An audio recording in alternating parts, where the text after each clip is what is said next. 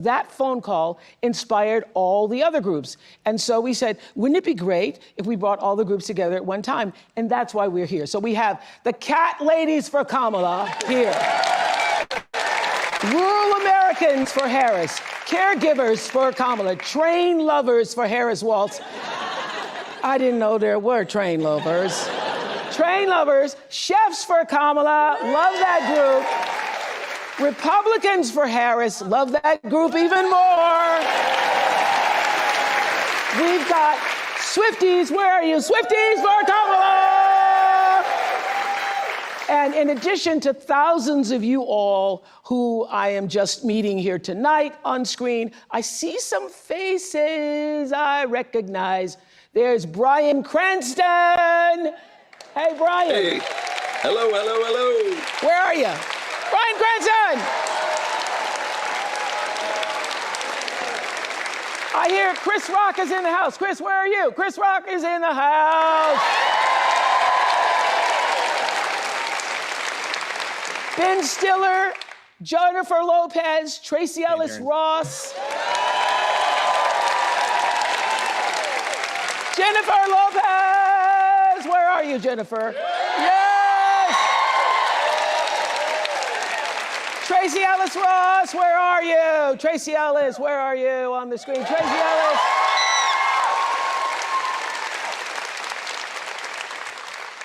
Julia Roberts, where are you?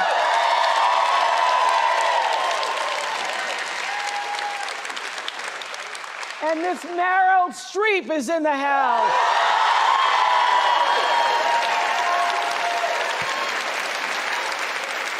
So glad to have all of you familiar faces and those of you who are not yet familiar to all of us. Okay, Bryan, so happy to have you here tonight. Bryan Cranston, what do you want to say? Why did you want to join us here tonight? I'm just smiling from ear to ear, Oprah. I have never felt this much joy and optimism in a campaign in a long time. So I'm just so appreciative of Kamala to be able to bring back that sense of optimism and to squash the cynicism and the vitriol and the rancor that just seems to be floating all around Washington. And I hope that we're going to ride this wave into Washington. I'm here to support. I can't be happier than this candidate. I think she's going to be a terrific president. Thank you, Bryan Cranston. So, thanks, Bryan. Thank you so much for joining us all the way from London. Chris Rock, so it's the middle of the night there. You're the one who told me, remember, Chris and I ran into each other this summer, and Chris, no matter where you meet him, he's funny. He goes, there's going to be weeping in the streets. Are we ready for the weeping in the streets? When Kamala Harris becomes president of the United States of America. Weeping in the streets. What do you want to say, sir? I've always been a fan of Kamala, even back when she was running for, I remember writing her a check when she was like the district attorney for something. Maybe it was to get out of a parking ticket or something. But I've been writing her checks for a long time.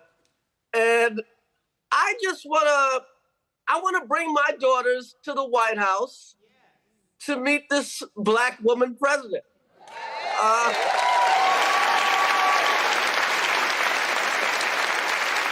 That's a reason. That's a reason. That's the reason. I think she would make a great president. And I'm ready to turn the page, man.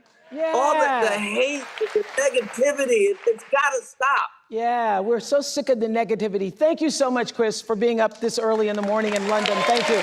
Ben Stiller. Ben Stiller, I heard you were on the Comics for Kamala, and so I want to know where all the comics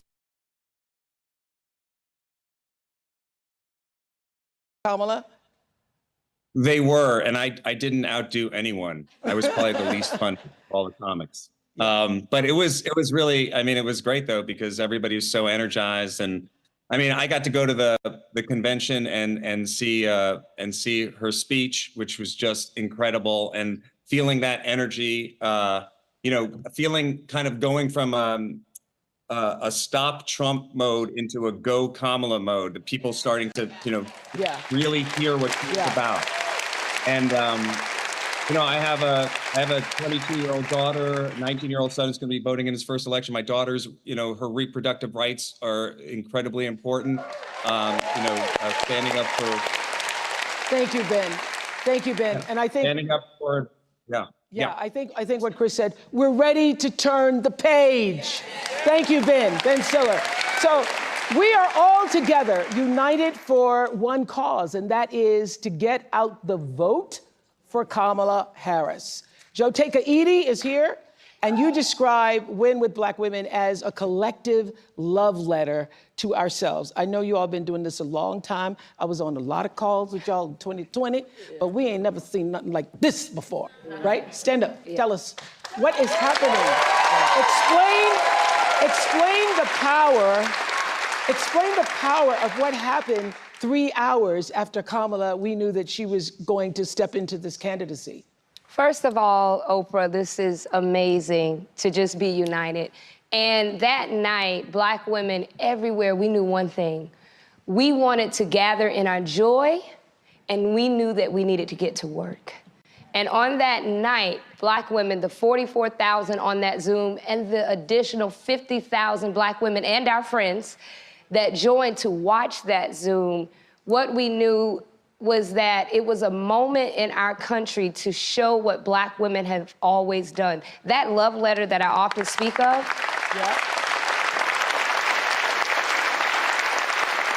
That love letter is a letter that started years before any of us in this room, you, myself, were even born.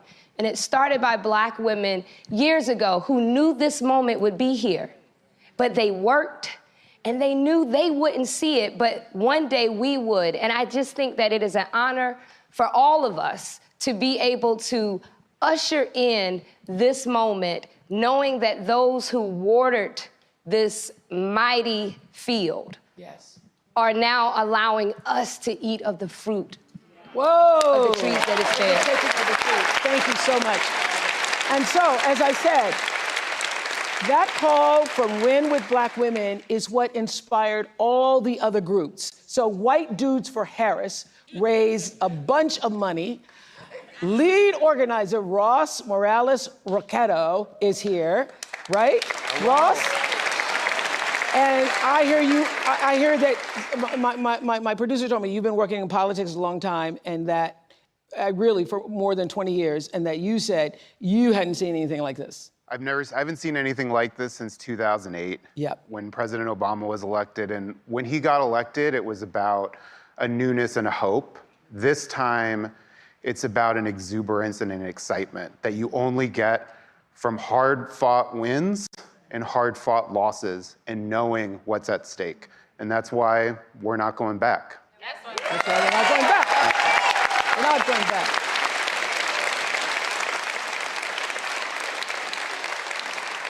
Thank you, Mr. White Dude. Thank you so much.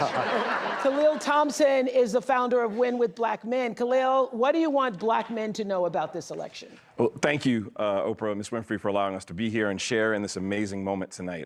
Brothers, men who are watching this and enjoying this moment, you have a choice. I choose experience and fortitude over something else. I come from a litany of amazing Black women, Kathy, Jahan, Megan Janelle, and I have an amazing 7-year-old CEO who runs my life. Hopefully she's at home, finished her homework. But we have a chance to do a performance review and give a promotion to the best qualified candidate to be president of the United States. Okay, so let me just ask you this. Sorry. On the way here, when I was coming through the airport, Black man stopped me and he said, I guess he knew I was coming here for something like this. And he goes, well, I'm just tell you, I'm voting for Trump. I'm voting for Trump because he gave me that check. And so I've heard that from several people, that I got the check, he gave us the check, and so therefore, forget about everything else. It's about the checks. Well, what he doesn't know is that Congress actually paid for the check and the American people paid for it. 45 just signed it, so. Yeah. Okay. Look, there's a... So what do you want to say to that kind of thinking? Because a lot of people feel that way. We're not a monolith. You can have your viewpoint and views for where you believe, but I think choosing, if I have the choice to go into someone to make the best decision for my family, I don't want someone who has 34 convictions. I don't want someone who is going to choose hate over choosing the best possible way to unite us as a country. And so I see Vice President Harris as being the best person to do that. Thank you very much, sir. Thank you. Shannon Watts.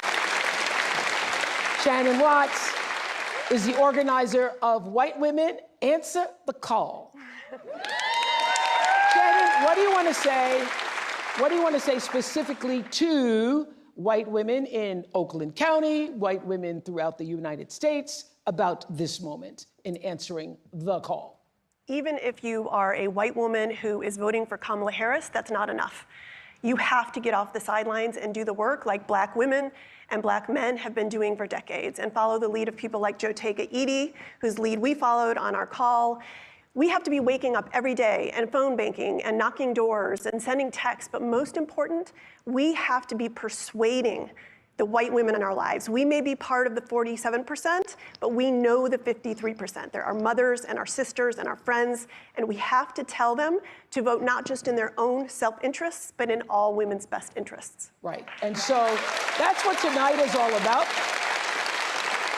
Tonight is all about leaving this moment here and figuring out what it is you can do in your own home, in your own community, in your own district to spread the word and spread the vote. So Bianca Shaw is the youth director for South Asians for Harris. What are you hearing from the South Asian community? Yes, thank you so much for that question. I want to start off and say, when I answered that call that I would be here, I said, me? Are you sure? Because I cannot believe it, but thank you so much. South Asians for Harris, we are an official, AANHPI campaign affiliate with the group, and I just want to say that the aunties, the uncles, the students, we're coming out in numbers we've never seen before, out to mobilize for Kamala Devi Harris in this campaign, because not only does she represent, our South Asian heritage, our love for Idli, but she also represents the values that, our parents, our grandparents immigrated to this country to keep and maintain, and she does that so well, and we need to maintain that. Thank you. It's about the values. I'm with you. Thank you. Okay, before the Vice President joins us, I want to bring out a local Michigander. I love saying Michigander around here. She's known as Big Gretch. Please welcome Michigan Governor Gretchen Whitmer. Big Gretch. Fresh in the new dress. Yeah, that's Big Gretch. Started bump on her face. That's Big Gretch. We ain't even about to scratch. Gretchen Whitmer.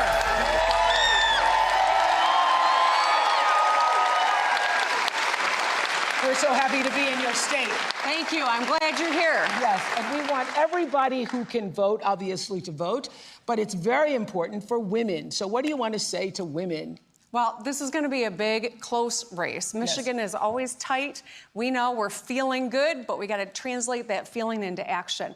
We deserve a leader who is strong and kind. It's not mutually exclusive. And that's why I think this moment is so important for all of us today, but for our kids and future generations too. There's so much at stake here, from our individual reproductive freedom to the ability to get ahead and make a good living and take care of your family. That's all on the line this election. Yes, strong and kind. Yes. Isn't that a notion? And what can Michigan do to help get Kamala Harris to the White House? I think we've got to do the hard work. In 2016, we were short 11,000 votes. That's 2 votes per precinct, which tells you that a conversation you have with a loved one or a neighbor or a fellow parishioner, whomever in your life you can talk to, we've got to do it. Do something, as Michelle Obama said at the convention. Well, this is what we're doing tonight. We're doing something. Thank you for allowing us in your Thank you. state. Thank you so much. Thank you so much. Have a seat there. Right there.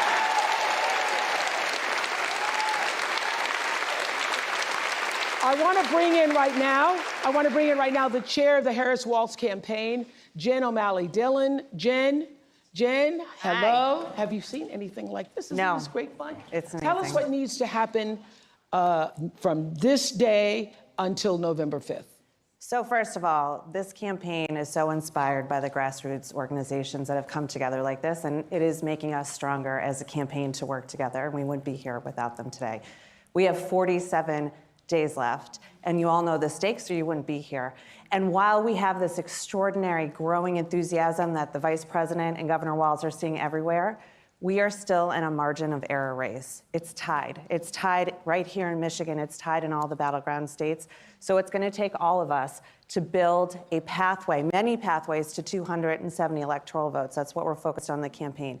In every state, we have to register more people. We have to mobilize our voters to turn out to vote. And then we have got to go persuade those people that still don't know enough about the Vice President and her vision for the future.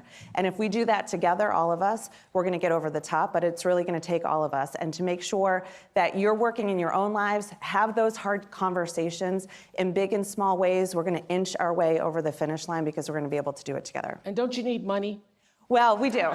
We do. And these groups need money too. All of us do, because the work is happening on the ground and in the communities. So if you want to help in any way at all in the campaign, go to go.kamalaharris.com. But if you want to help and not be formally engaged with us and join any of these groups here, that's what we need too. It's going to take all of us. Yes, and I think that everybody on the screens, everybody in this room, everybody who's listening, you become your own grassroots organization when we leave this moment that we're sharing here tonight, and you do what you can in your community. It's not enough just to join us all. We love having you here, but the rah-rah moment is going to end, and then we need to get to work. We need to get busy. Okay, thank you, Jim. I have to just say this, that the social media team for the Harris campaign has been killing it. They have been killing it.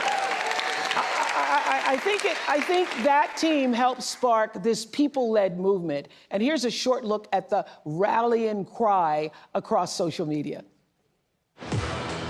I'm watching the Kamala Harris rally right now, and wow, I'm like crying. So Tony and I just got done knocking 48 doors in King of Prussia, Pennsylvania.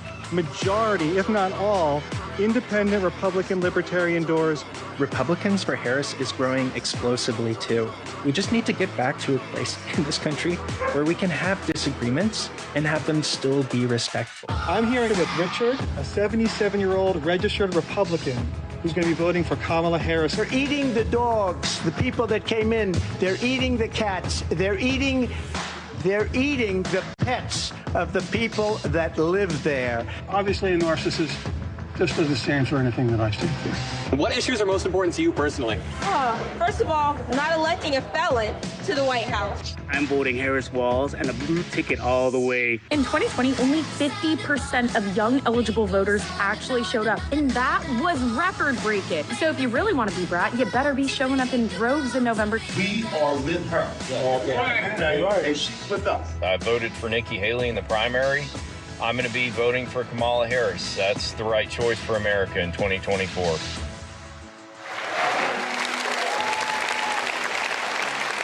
Let me tell you, it is about character, and it's about decency and respect, and all the things that we were raised to believe about what it means to be an American citizen and pursue the American dream. And if that is important to you, I hope, whether you are a Democrat or a Republican or somewhere in the middle, you will choose to vote your values, because values are on the line in this election. And in no other country on this earth could her story unfold the way it has. From a child of immigrants to big sister to McDonald's worker, there is hope for y'all. District attorney, a wife, and mamala, to senator, to vice president. Please welcome Kamala Harris.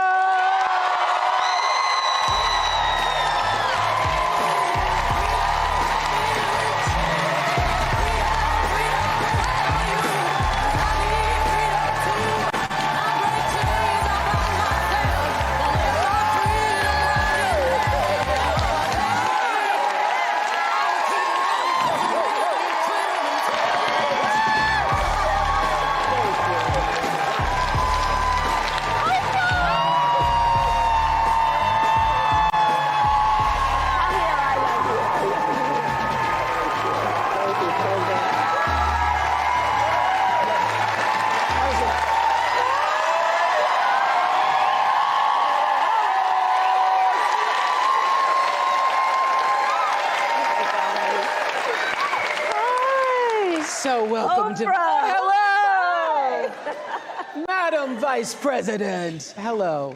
Welcome to Michigan. It's so good to be back. And Governor, thank you for everything you are and everything you do for the state. Thank you. Well, thank you. Can you see this? We have 1,000 screens here representing people from all over the country. Hi, everyone. Can you feel? Can you feel? Can you feel it? Can you feel the joy rising in here?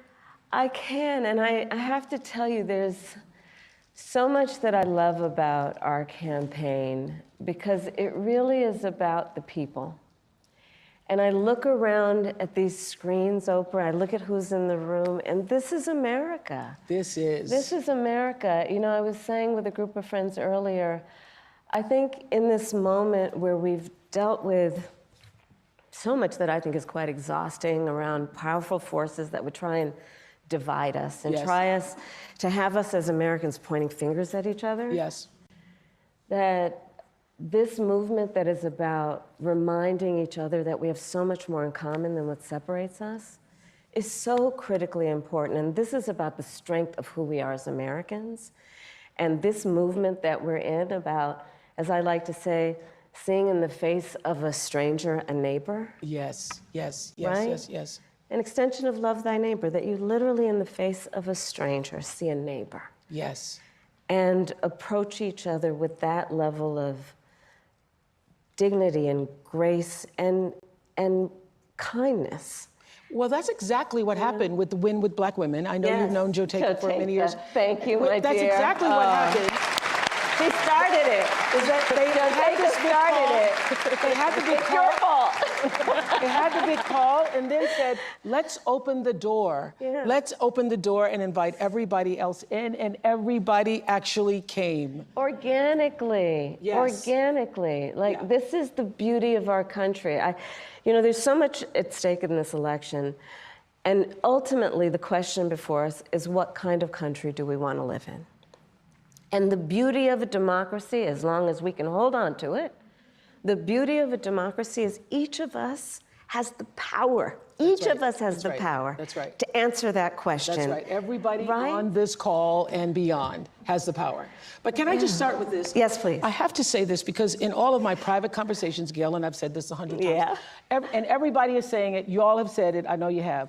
It seems to us that something happened to you the moment Joe Biden, President Biden, stepped aside and withdrew his candidacy, that a veil or something dropped and you just stepped into your power? I mean, literally, looking at you at a speech like the week before, which was a great speech, very nice. And then the next week, I saw you walking in the thing. And I said, what happened to you? You know, we each have those moments in our lives where it's time to step up. Time to step up. Time to step up, you know? Well, the moment you heard, I mean, I really have been saying to people, it felt like a veil dropped and you sort of stepped through that veil. Did that actually, did you feel like that? I felt a sense of responsibility, to be honest with you. And with that comes a sense of purpose. But I mean, we're all here and you all are taking time out of your busy lives, everyone here, everyone on the screen, because there really is so much at stake. You know, I have spent the majority of my career being concerned about the well-being of other people. Yeah. As I've said, in my career as a prosecutor, I never looked at a victim or a witness and asked them, are you a Republican or a Democrat? The only thing I ever asked them is, are you okay? Are you okay? I know when I heard that. You know? Touch me. And traveling this country and knowing what is at stake in terms of fundamental freedoms, what's at stake in terms of fighting against hate and those efforts to divide us. And I do know that I'm in a position to do something about it. So I felt a great responsibility. And the incredible power of the people, right, who You know, I'm not the only leader in this. We're all leaders in this. This is so much bigger than me. It's about who we are as Americans. And it's about making clear what we stand for. And what we stand for is, it is about the ideals upon which we were founded, including the importance of freedom and the importance of independence and the importance of dignity and purpose. But it is also about what we stand for in terms of our values. I think of it this way. I think a lot boils down to values. I just said values are on the line here. It does. I mean, think about it, Oprah. The idea that some would suggest, and that my opponent suggests, which is that the measure of the strength of a leader is based on who you beat down. Come on. The real measure of the strength of a leader is based on who you lift up. And it's important for us absolutely to articulate that. You know, ever since the debate, we feel for our fellow citizens in Springfield. Do you not think about the fellow citizens in Springfield, Ohio, the Haitian families, the non-Haitian families, everybody having to deal with this lie that has endangered the lives of Haitian people and anybody who looks Haitian? Everybody in America feels for that. And everybody in America, left, right, middle, has concerns about immigration. And I'm told that Justin, where are you in the audience? Justin. Hello. In our audience. Hello, Madam Vice President. You live in Michigan. Yes, ma'am. Don't love saying hello, Madam Vice President. I do. What's your question? It's an immigration question. My question for you is, when you become president, what would be your specific steps? Yeah, of course. What would be specific steps to strengthening the border? So it's a wonderfully important question. You know, my background was as a prosecutor, and I was also the elected attorney general for 2 terms of a border state. So this is not a theoretical issue for me. This is something I've actually worked on. Okay. I have prosecuted transnational criminal organizations for the trafficking of guns, drugs, and human beings. I take very seriously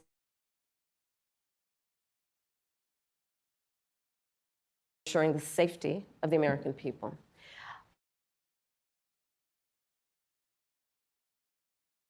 Can be traced most recently back to the fact that when the United States Congress, members of the Congress, including some of the most conservative Republicans, came up with a border security bill.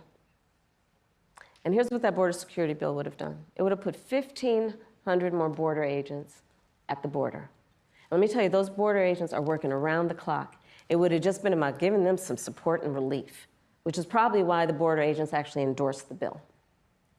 It would have allowed us to stem the flow of fentanyl.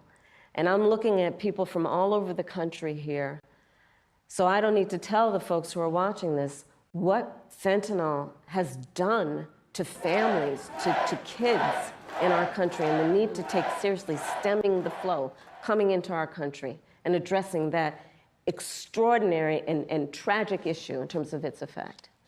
The bill would have allowed us to have more resources to prosecute transnational criminal organizations. And it would have been part of the solution. And Donald Trump called up those folks and said, don't put that bill on the floor for a vote. He blocked the bill, and you know why? Because he'd prefer to run on a problem instead of fixing a problem. And he has put his personal political security before border security. Because understand, even in the intervening months, what that bill would have done to give support to folks who care about this issue. And this again gets to the point about what does leadership really look like? And is it about you or is it about the people? Right. Is it about running on problems or fixing problems? My work and my career has always been about saying, let's fix problems. Let's address the needs, because we know it's within our capacity to do that. So to answer Justin's question, now that that bill has gone and hasn't passed, will you reintroduce that? Absolutely, and when I am elected President of the United States, I will make sure that bill gets to my desk and I will sign it into law. Thank you, Justin. Thank you. Thank you, Justin. Listen to this. A majority of young Americans, 18 to 34, say that the cost of living is their top issue ahead of the election. Let's take a look. Groceries are extremely expensive right now. I don't understand how people are affording life right now. For so many Americans, the high cost of living is their top concern this election. Rach, we have $435 to last us till the end of the month. Okay? What? In Philadelphia, Rachel and Garrett say they have to watch every penny. When I think of middle class, I think about people who are able to just get up and go and do things within their means and like not extravagant things, but be able to get up and go to dinner whenever they want, or maybe take that trip, that long weekend trip. We don't have that luxury. By a long shot, her tax plan is phenomenal, no glaze. Kamala Harris just delivered her new economic plan, and boy, oh boy, is it good for small business owners. Holy shit, you guys. Kamala Harris is going to announce tomorrow a $25,000 tax credit for first-time home buyers. When I am elected president, I will make it a top priority to bring down costs and increase economic security for all Americans. Well, Rachel and Garrett are joining us on Zoom from Pennsylvania, and I understand your sister and brother-in-law moved in, and you're hoping to save money to have a second child? That's right. Hi, Oprah. Hi, Madam Vice President. It's nice to be with you all. Yes. Hi. And so, what did you want to say to the Vice President? So, Madam Vice President, we are, like many, many young Americans, just experiencing a very high cost of living. We ended up giving up our apartment, moving in with our parents who were so gracious to take us in for over a year so that we could save money and ultimately buy a home, because that's what we thought the American dream was, to get married and buy a home and have a baby. And now here we are, and our mortgage is incredibly higher than what we thought it would be. And my sister and our brother-in-law are living with us right now so that they can hopefully one day do the same. And while it's beneficial for us because they help us pay off some of our mortgage, it's also beneficial for them because they can save on cheaper rent. But we really would love to know what your plan is to help lower the cost of living. Yeah, first of all, thank you both for being here. And yours is a story I hear around the country as I travel. And in terms of both rightly having the right to have aspirations and dreams and ambitions for your family, and working hard and finding that the American dream is, for this generation and so many recently, far more elusive than it's been. And we need to deal with that.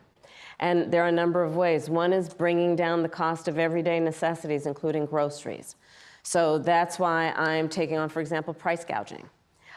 Which is when, most companies and corporations are good, but for those bad ones, they take advantage of people, especially during a pandemic or extreme weather, and they end up jacking up prices, and there needs to be accountability and consequence for that. So I'm going to be taking on price gouging. But it's also about dealing with what we need to do around home ownership, right? So as someone mentioned during this film, look, I grew up a child of a mother who worked very hard.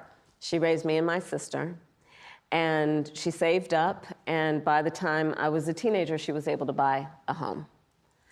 And we grew up actually for a long time in an apartment on top of a child care center that was owned by the woman we called our second mother, because she helped my mother raise us. And she was a small business owner, Miss Shelton. So I'll bring all this together to tell you, the way I think about it is, one, when people work hard and have a dream of buying a home, we should give you the opportunity to be able to do that, which is why part of my plan is for first-time homeowners, buyers, to have a $25,000 down payment assistance to buy your first home. Because people just need to be able to get their foot in the door, and then you'll do the hard work. Part of my plan is what we need to do to support small businesses, because my second mother was a small business owner, and I love our small businesses and our small business owners. They are not only business leaders, they are community leaders. They mentor, they hire locally, and we have so many entrepreneurs in our country who have great ideas, incredible work ethic, but not necessarily access to capital, because not everybody, like my opponent, was handed $400 million on a silver plate that he filed bankruptcy 6 times on. And so part of my plan is to give startup small businesses a $50,000 tax deduction to start up their small business. Right now it's $5,000. Nobody can start a small business with $5,000. So that's part of my plan. That's a teeny tiny business. That's a business in teeny tiny business. It's a concept of a business, right? Yes. You know where I'm going. That's right. And it's still on paper with the $5,000. Right. It's still on paper. It just hasn't happened, right?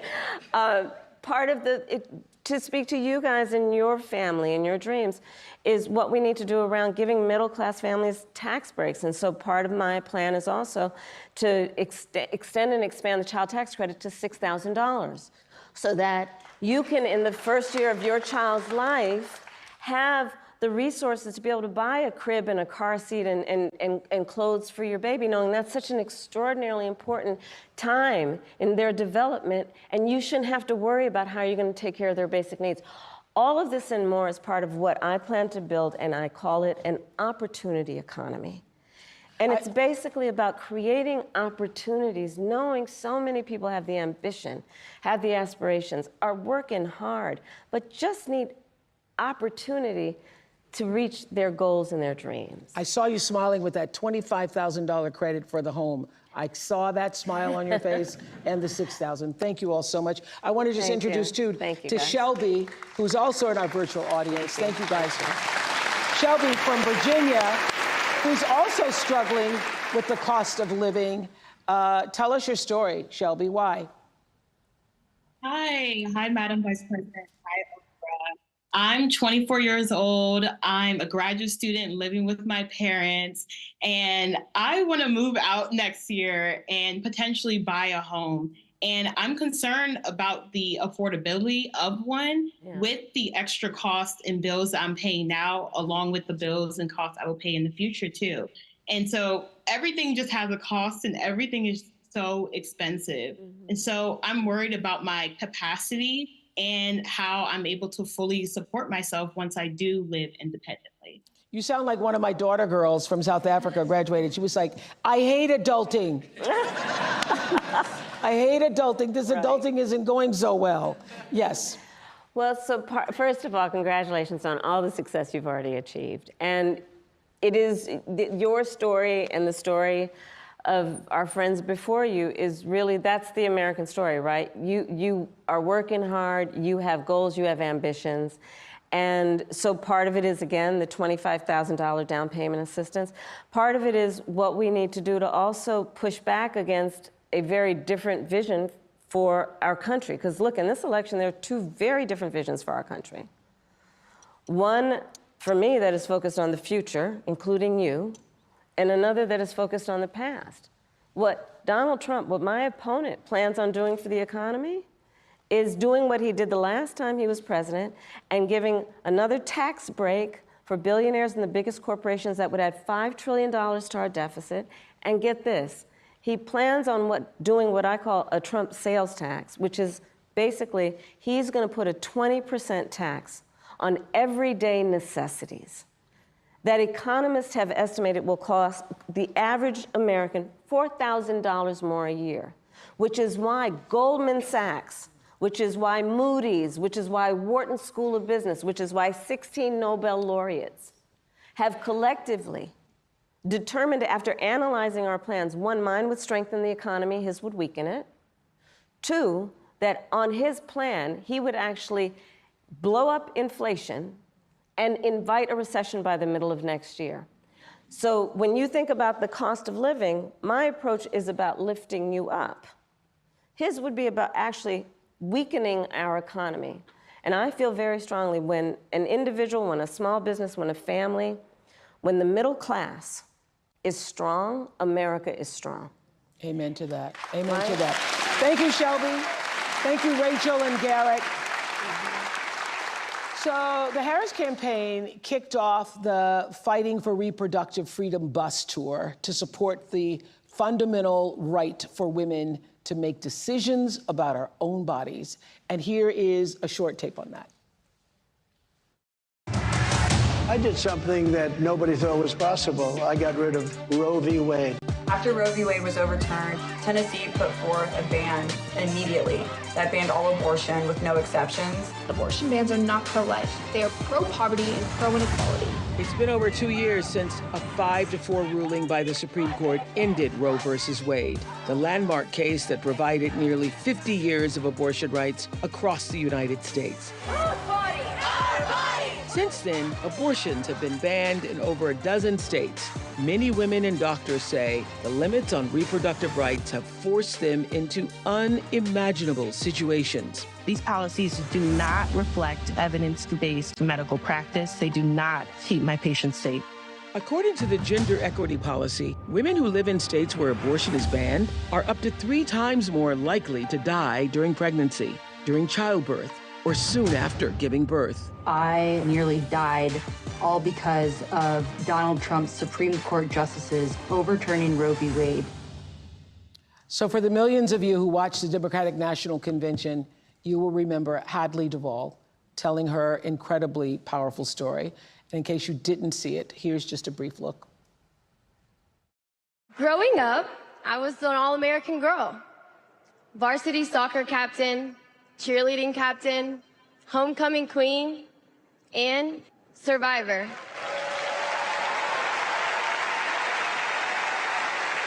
I was raped by my stepfather after years of sexual abuse.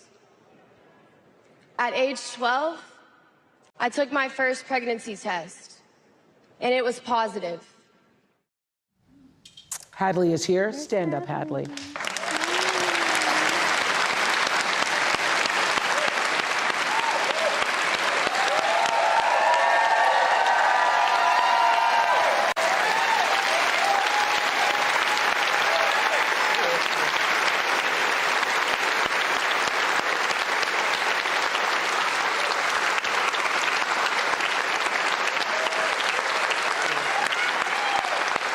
I can tell you, we are all standing up because we are so impressed by your courage to stand up and share your story. Where did that come from, the strength to do this? Because I'm sure you thought long and hard before deciding to go public with your story.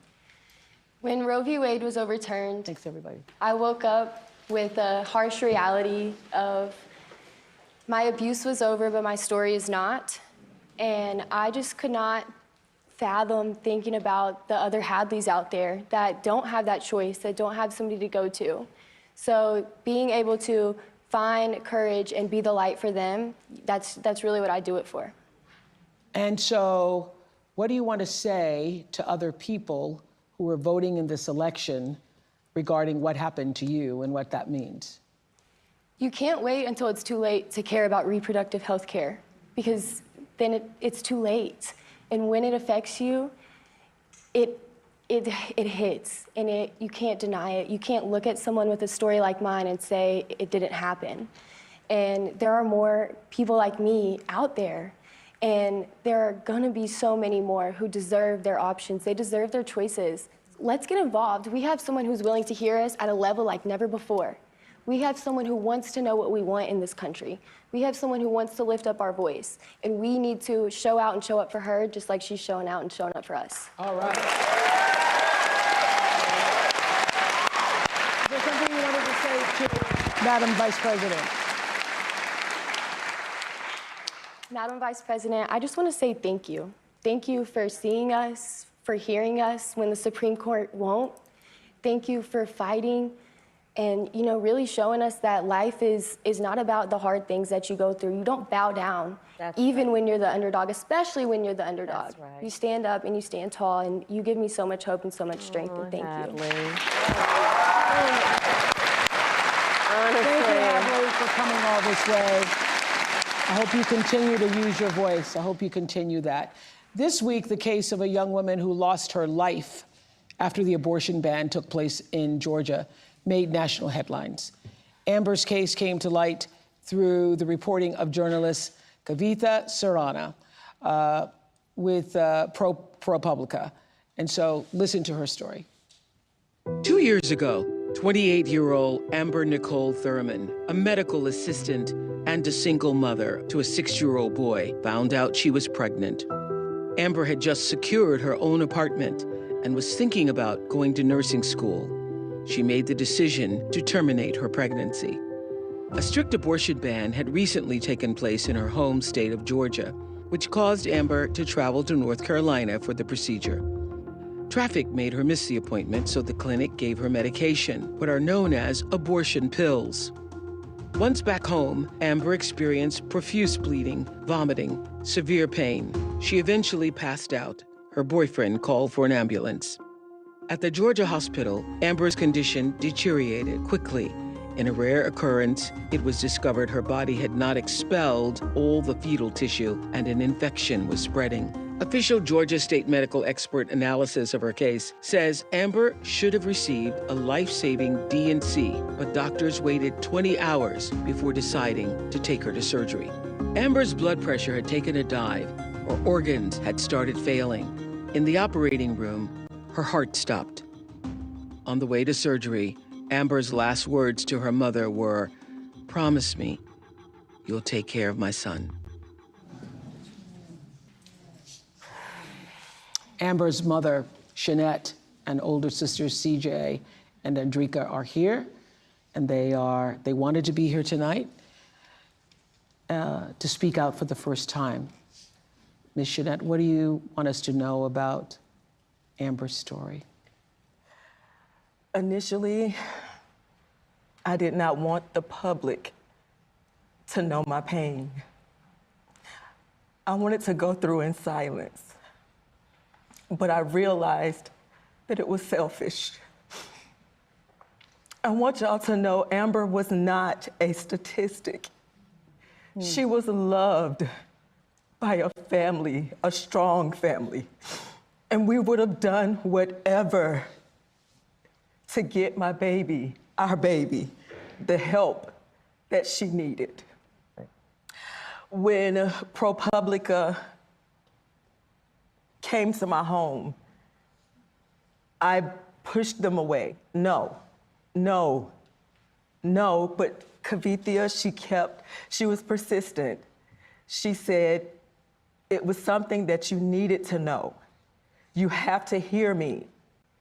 Women around the world, people around the world need to know that this was preventable. 2 years later, after speaking with my daughters, because I lost strength, I lost hope, you're looking at a mother that is broken. Mm-hmm. The worst pain ever that a mother, that a parent could ever feel. Her father and myself and the family, you're looking at it. Well, we appreciate so deeply you being here. And we're all watching you hear that tape and those words. We know how re-traumatizing that is and the strength it takes for you to be here to tell your story. And we deeply appreciate it. And I have to ask you, as her sisters, how are you coping? And what does knowing that this could have been prevented, how does that sit with you? How do you cope with that on a daily basis? I mean, it's heartbreaking. You know, that was my baby sister. I loved my baby sister, you know. I'm beyond hurt, disappointed. I feel guilty. I wish I could have helped her, you know, because she was suffering. Mm-hmm. And we had no idea. We trusted them to take care of her, you know. Mm-hmm. And they just let her die because of some stupid abortion ban. They treated her like she was just another number. Mm-hmm. They didn't care for her as if, you know, she was their daughter or their, you know, granddaughter. Yeah. You know, and she's not here. She'll never come back. Yeah. Andrika, what do you want to say? I want to say that it's very disheartening that my sister was allowed to suffer for 20 hours. She suffered. It was nothing that we could do to help her. We trusted the healthcare professionals to do their job and save her, but they failed her. Well, I think the most powerful thing that you've said here, Ms. Jeanette, is that your daughter is not a statistic. She had a life. She was loved by her sisters, loved by her family, loved by those who knew her, and she's not just a statistic. And we are happy to speak her name tonight in this room, talking about what this country needs in terms of reproductive rights and freedom. What do you want to say, Madam Vice President? I'm just so sorry. And the courage that you all have shown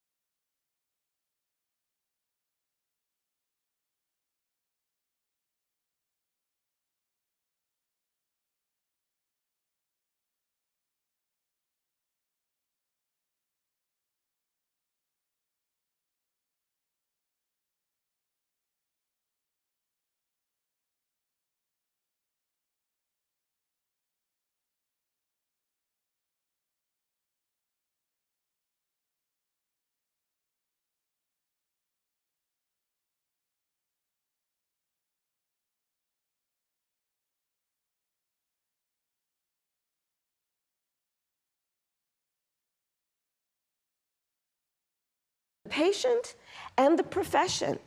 And going back to Hadley's story, and Hadley, you've been so remarkable in telling your story and being so strong in the way you do it. And both of these stories really, I mean, the courage for it out of pain, for you to tell these stories to help other people is just extraordinary. And Hadley, you've been so remarkable. You know, Oprah, I don't know if you know this, but when I was in high school, I learned that my best friend was being molested by her stepfather. Yes, we heard that story on the DNC. Yeah. Yes. And you had the courage then to go to her and say, you've got to come to our house. And she came to stay with us. I called my mother, she came to stay with us. And the idea that these same legislators who would be saying, you know, criminalize healthcare providers are also saying that after a person's body has been violated, that they have no right to make a decision about what happens to their body next? That's immoral. Yeah. I think it's not just immoral. But here's what I want to say. I just don't believe that those legislators, that the government has a right to be in your womb. They have no right to be in your womb with decisions about your womb. And One does not have to abandon their faith. Right. Or deeply held beliefs to agree the government should not be telling her what to do. Absolutely. Right? If she chooses, she will talk with her priest, her pastor, her rabbi, her imam, but not the government telling her what's in her best interest. Well, this is a long healing process for this family. And we thank you, and we hope that by being amongst people who heard you and heard your daughter's story will be meaningful to you in this journey to healing. Thank you so much for being here. Okay, I want to also... Thank you. I want to hear from Star Walker, who is a campaign engagement organizer in Milwaukee, one of my hometowns, Milwaukee. Hi, Star. What's going on in Wisconsin? Hi, Oprah. Hi, Madam Vice President.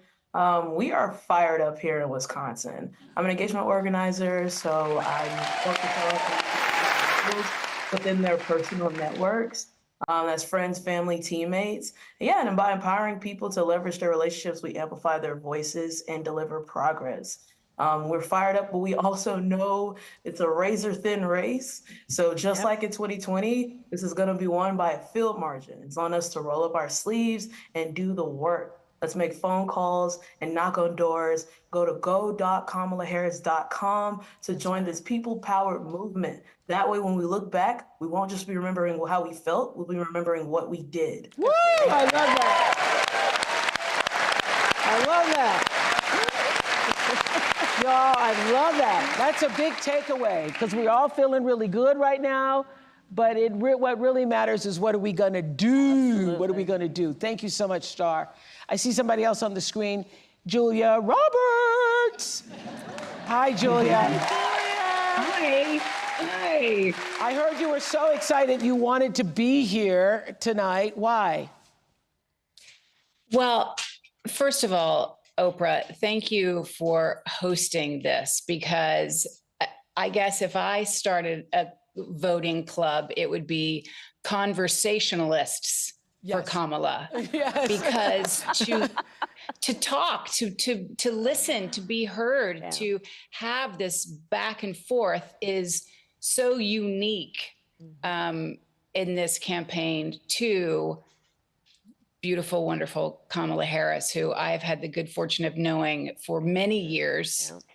And I am a mother of 2 kids. This is their first chance to vote in an election. And I couldn't be more excited for them to have the legacy to say that their first vote they ever cast for president was for you. I have just chills saying that out loud. Are you all going to the polls together? Are you organizing a party? Are the Motors having a poll party? What's happening? I wish we were all going together. In fact, you know, they're in college, so we will be separated on the great day, but in spirit united always for what we believe in and what we, you know, I feel like it's interesting. We talk so much about being Americans united for something, but this has become such a global representation of our country and what we stand for. And I get to travel internationally a lot. And I want people to say, oh, you're American? And not, oh, huh. How's it going over there? You know? Yes. So I want to get back to that space. Exactly. Thank you, Julia. Exactly. Thank you. And hey, there's Tracy Ellis Ross coming up there. Tracy, now listen, if anybody should have a voting party, I think it should be at your house, because you have great parties, girl. I just want to say hi, hello, Madam Vice President. It's just an honor. I actually have never met you, which is crazy. And hi, Oprah. Wait, what did I miss? We just saw each other the other day. Okay. Oh, hi, Tracy. Hi. Hi, Oprah. How you doing? Good. Yeah. This is exciting, though, isn't it? Isn't it exciting? It's exciting. It's exciting because I believe in democracy. I believe in the future of our country, in reproductive freedom, bodily autonomy, women leading. I believe in decency. The idea of leading with joy and kindness has always been in my DNA. And I'm here both for the seriousness of this election, but the joy with which it is being handled. It is stunning. And then I also really want to remind everybody, it hasn't been mentioned, but voting up and down the ballot is incredibly important. Your freedom and your daily life are all the way up and down that ballot. People are policies, and we need the right people in all areas, all positions.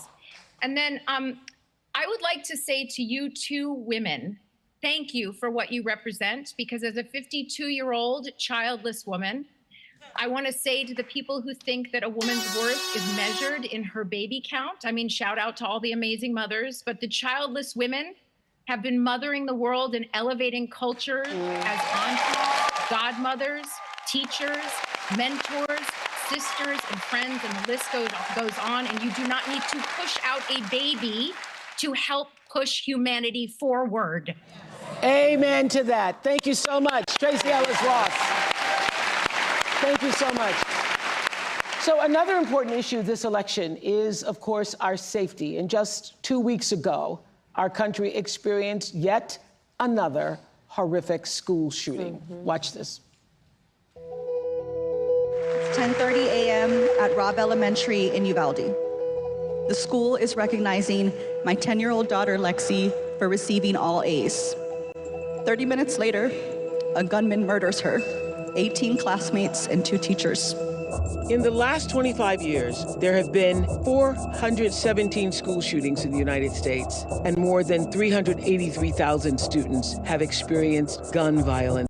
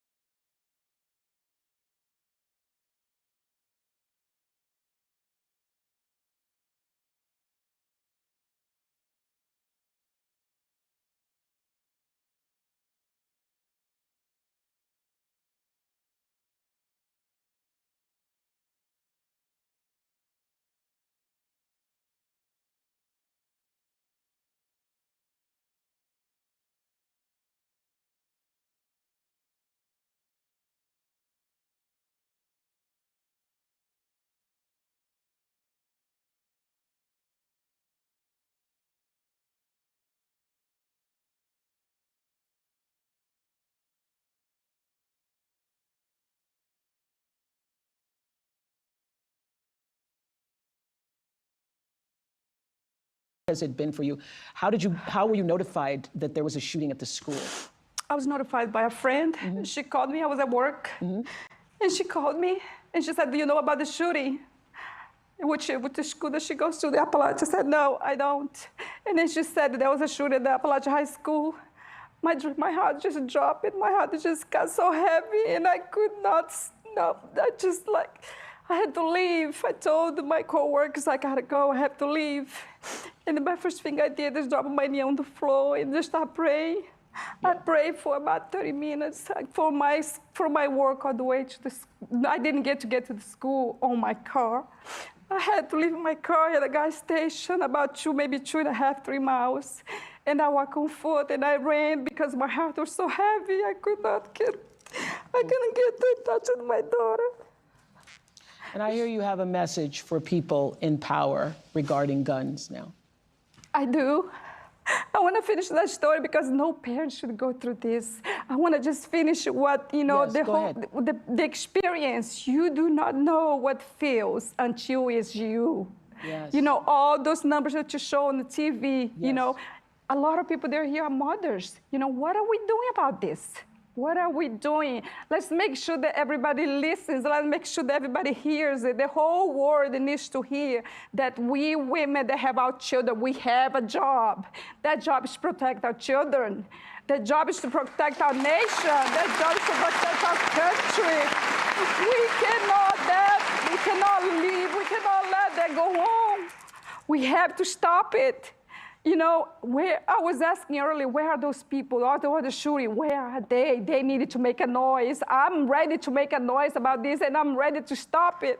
Because no one knows what feels when you can't find your child, when you call her and you call her, just not answering.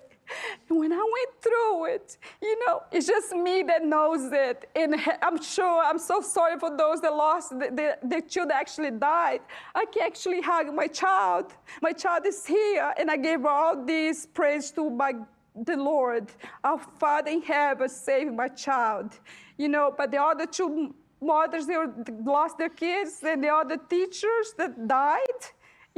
Those people are suffering like I'm suffering. I'm very sorry for them. I'm very sorry that they lost their loved ones. And you have a message for the people in power. Yes, the people in power. Let's make it a change. Let's make it happen. Let's let's just not hear about this. Who wants to just hear about this? We gotta change it. We gotta make it happen, And Doug, I hear you're not a registered Democrat, but you now say it doesn't matter what side of the aisle you're on when it comes to this issue. What change do you want to see now that it has affected your family? Common sense, I think a first step would just be metal detectors in schools, make a budget, make a plan. And the people that say, well, we've never really done stuff like that before, I don't care.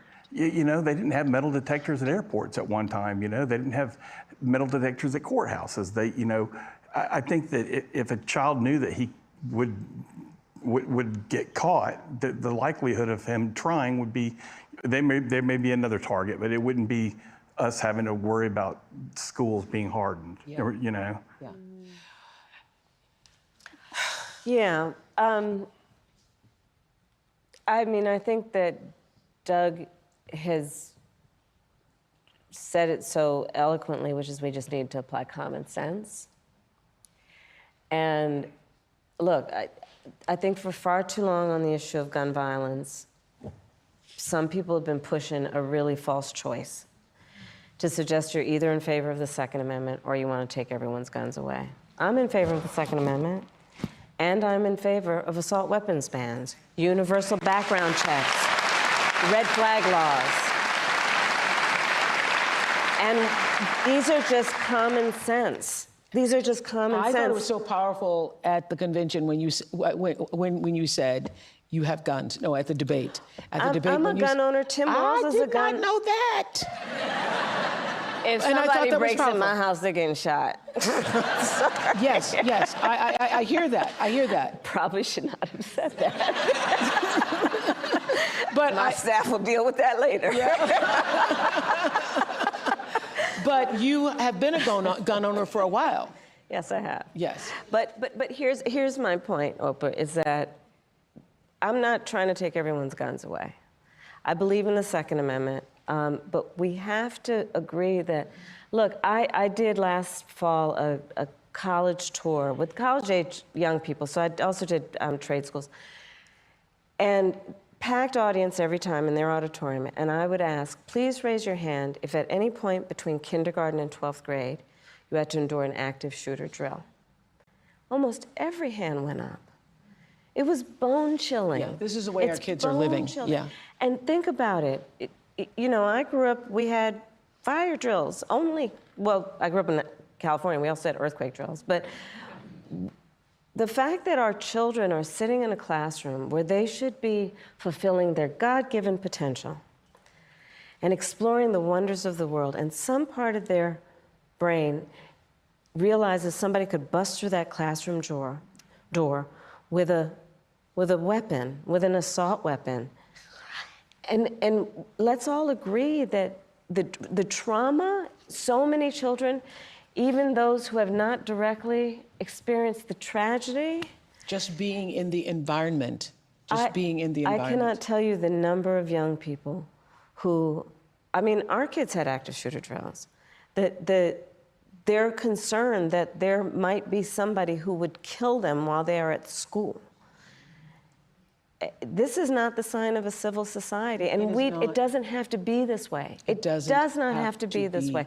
But we need to have the courage to act. I mean, look, my opponent, when he was told and knew about a shooting of a young girl, you know what he said? Get over it. Get over it.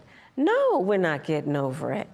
No, and to the point, everyone should have a sense of collective responsibility for the children of our community. Yes. And understand their right to live and be safe. I have personally prosecuted homicide cases. I know, I've seen autopsies. I've seen what these weapons do to the human body. And we've got to agree that, in particular when we're talking about something like an assault weapon, it's literally designed to be a tool of war. It has no place on the streets of a civil society. It's designed to kill a lot of human beings quickly. And there are things we can do. I mean, thankfully, over the last 3 years, we've done some, but it is common sense. It just seems like common sense we would see this. We would see this. I think I think that the majority of Americans agree with you that we do not want assault weapons in the hands of children and other people who have no business with those types of weapons. Right. We know this is true. So we thank you, Natalie, and your family for being here. And good luck in that marching band this year. I hear you're going to go out for the marching band still. Thank you for inviting us. Thank you. Unfortunately, it's a sad moment for us, but I wanted to make sure that, we came because we needed to be heard. And we needed to, change has to be made, and we're ready to fight for this. Thank you. Thank you. Okay, we want to hear what's going on in another battleground state. Tracy is a regional organizing director in Nevada. Tracy, tell us how things are going for you. Hi. Hi, everybody. I'm Tracy Lee, a regional organizing director in Nevada. I am the Silver State this year because there's so much on the line. From healthcare to lowering costs, these issues impact all of us. My team and I have been building relationships with voters across this state because here in Nevada, we know that enthusiasm alone does not win campaigns. Organizing does. So all of you watching tonight can become organizers, whether you talk to your sister, a roommate, or a grandparent about why you're so excited to vote for Vice President Harris. You are organizing and energizing other supporters. So please go to go.kamalaharris.com to find ways to help and enjoy the rest of tonight's event, and let's get to work. Let's get to work. Let's do something.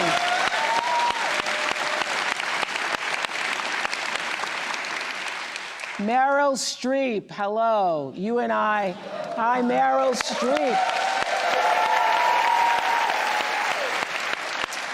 You and I have talked about this moment. Hi. How are you feeling? How are you feeling about the momentum? Oh man, this this has been overwhelming to have the privilege to sit in and listen to the testimony of the people here. Hello, President Harris. Not yet.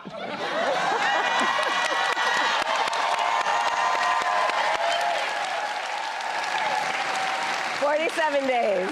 47 days, yes. From my mouth to God's ear. And hello, Oprah. I think the word of the day has been preventable. Preventable. All of this, the surround of hatred and venom and toxicity and encouraging some segment of Americans to hate other segment of Americans. It's just crazy. And nobody wants it. We're done. That's right. We're done with it.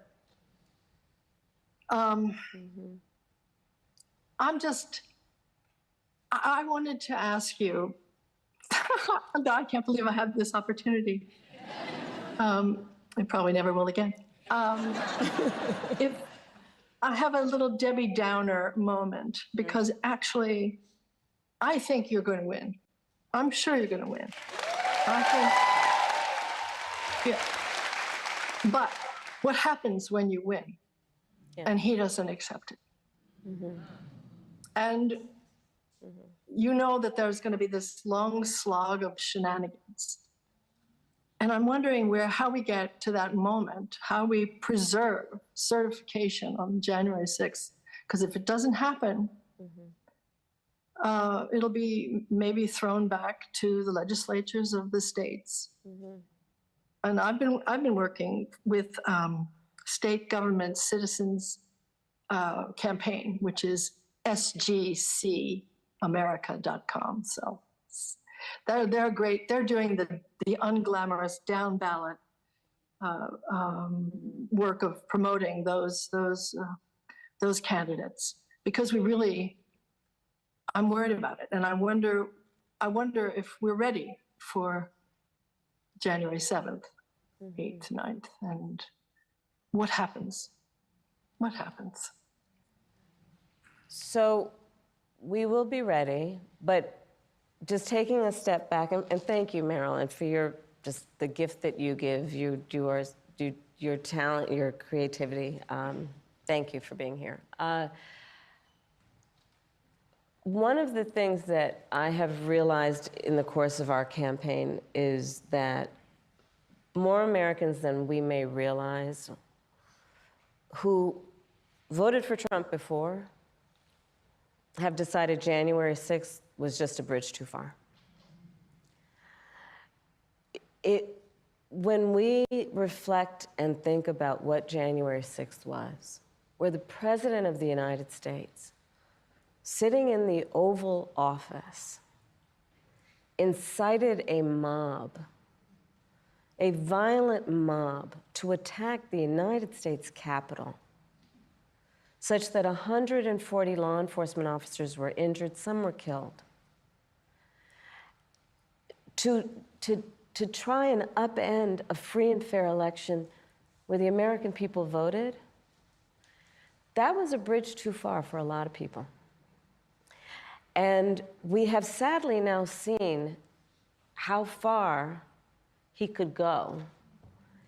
And I think there is absolutely no tolerance whatsoever for the vast majority of Americans for that. And they've seen the lies. They understand, for example, almost every court case, I think every court case where he's challenged an election, he lost.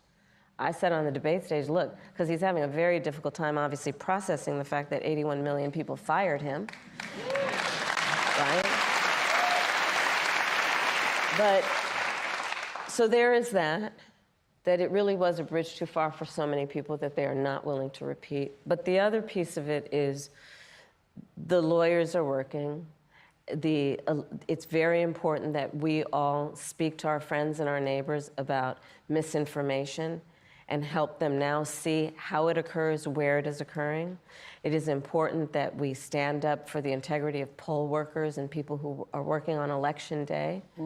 And that we also, and this is critically important, that we ask people to be alert about mis and disinformation, and we ask them, do not be afraid to vote. Because I think there is also something quite insidious about these attacks on the electorate in these various forms that are intended to convince people that their vote won't matter. And in that way, there's a little bit of reverse psychology going on here, and let's just make sure nobody falls for it. Your vote does matter, and we cannot let anyone ever take our power from us. We can never let anybody silence us. And when we get those votes out, starting soon, early voting is already going to start this week, I think, through November 5th, and let's make sure everyone votes, and we are going to have a good election day. We're going to fight for the integrity of the people's voice and for our democracy. And, you know, I'll just mention earlier, a couple of folks talked about what this means in terms of the world. You know, as vice president, I've met over 150 world leaders, presidents, prime ministers, chancellors, and kings. And the thing about representing the United States of America is when we walk in those rooms around the world, we have historically and traditionally been able to walk in those rooms, chin up, shoulders back, with the self-appointed and earned authority to talk about the importance of democracies. People around the world are watching right now. Because you see, the thing about walking into a room and being a role model is people watch what you do to see if it lines up with what you say. And in that way, the consequences of this election are directly going to impact the American people and people around the world. That's what we're fighting for, and those are the stakes. And that's why we're going to win, because we know what we're fighting for, because we know what we stand for. Thank you, Meryl. So, thank you, Meryl.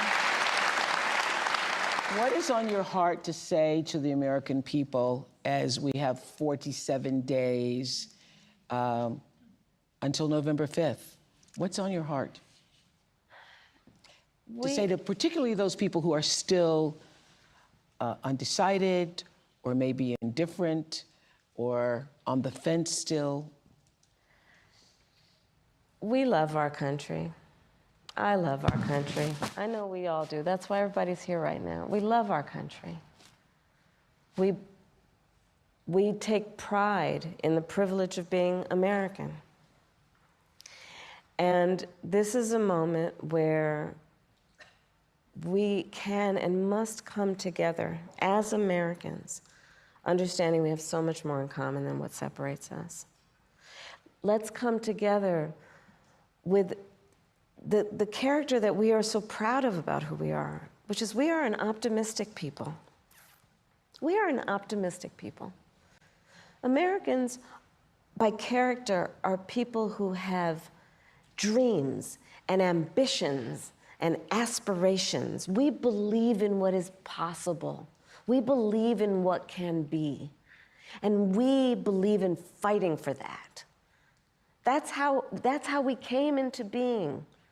Because the people before us understood that one of the greatest expressions for the love of our country, one of the greatest expressions of patriotism, is to fight for the ideals of who we are, which includes freedom to make decisions about your own body, freedom to be safe from gun violence, freedom to have access to the ballot box, freedom to be who you are and just be, to love who you love openly and with pride, freedom to just be. And that's who we are. We believe in all that. And so this is a moment where we stand knowing what we are fighting for. We're not fighting against. It's what we're fighting for. Thank you. Thank you, Madam Vice President. Thank you. And I want to say, thank you, Madam Vice President. I also want to say, thank you, Joe Taker. Thank you, Joe Taker. Who started the gatherings on Zoom, and all of the grassroots. Now, each of you listening tonight, you become your own grassroots organization to go forward and do something, coming together for the largest Zoom call we've all ever had. Thank you so much. And I just want to say, for all of you watching who are still on the fence, you're in the middle, you're independent as I am, or whether you're just still don't know what you're gonna do. This is the moment for all decent people, all caring people who want the best for yourself and you want the best for other people. This is the moment for people who are tired of all of the bickering and all of the name calling, people who are exhausted by the craziness and the made up stories and the conspiracies. This is the moment. You want to get on with your life because you know that we can do better and that we deserve better. You know this. I know you know this. I know you feel this. I know this is what you're saying amongst yourselves. It's in all the conversations that we're having, that you're having. And we're better than this. We're better. We're better. And we want to create a world where our children will be safe in school again. And as my friend and mentor Maya Angelou always said, when you know better, you got to do better. Thank you. So let's do better and vote for Kamala Harris. Thank you to all of our special guests. Thank you for sharing your stories, for being here, Ms. Shanat. Vice President Harris, we thank you. We hope you keep fighting for us and the country we deserve to have. Thank you so much. Thank you. To find out more about how you can register or where you can vote, go to iwillvote.com. Good night, everybody. Thank you on Zoom. Thank you.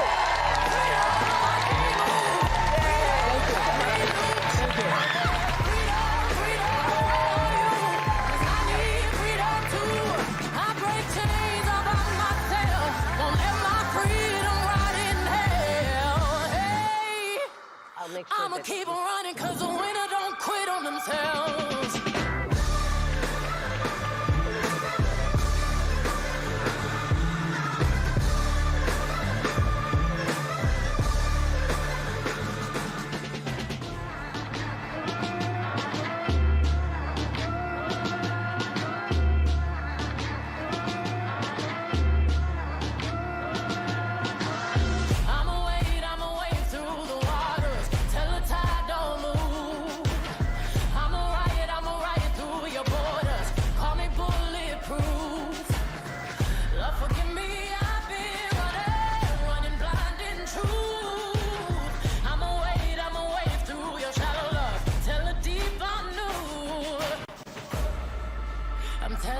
Tears go and fall away, oh, may the last one burn into flames.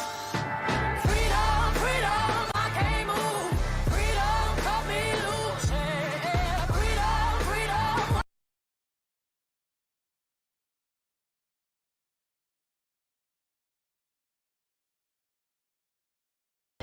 From the most trusted journalists at Comedy Central, an actually live special report. The Daily Show presents Indecision 2024, the first presidential debate again. Now with 50% less, oh man. Here's your host, Jon Stewart.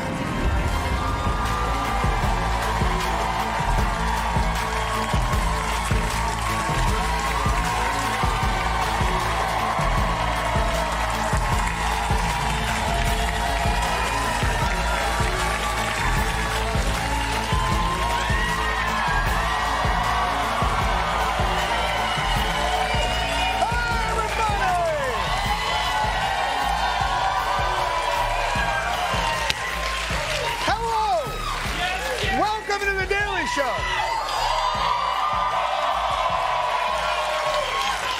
My name is Jon Stewart. The second presidential debate has just wrapped up. We are live. Well, technically, I guess this is the second presidential debate. The first presidential debate of this matchup. I can't wait to see who the winner will take on next. I think. We're coming to you live later.